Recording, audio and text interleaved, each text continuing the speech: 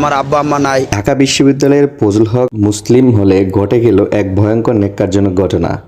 তোফাজ্জল হোসেন নামে এক ভারসাম্যহীন যুবককে চোর সন্দেহে পিটিয়ে হত্যা করা হয়।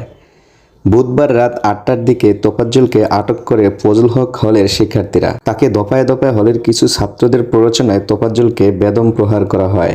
এক পর্যায়ে সে অজ্ঞান হয়ে পড়লে তাকে চোখে পানি দিয়ে আবার পুনরায় জ্ঞান ফিরিয়ে দেওয়া হয়। তখন হলের শিক্ষার্থীরা তাকে পেট ভরে ভাত খেতে দেয়, কিন্তু সে বুঝতে পারেনি এটা তার জীবনের বিনিময়ে ভাত খাওয়ানো হচ্ছে। ছাত্ররা খাওয়া অবস্থায় তার সাথে নানা রকম হাস্যরসাত্মক এবং ব্যঙ্গভাবে কথা বলে।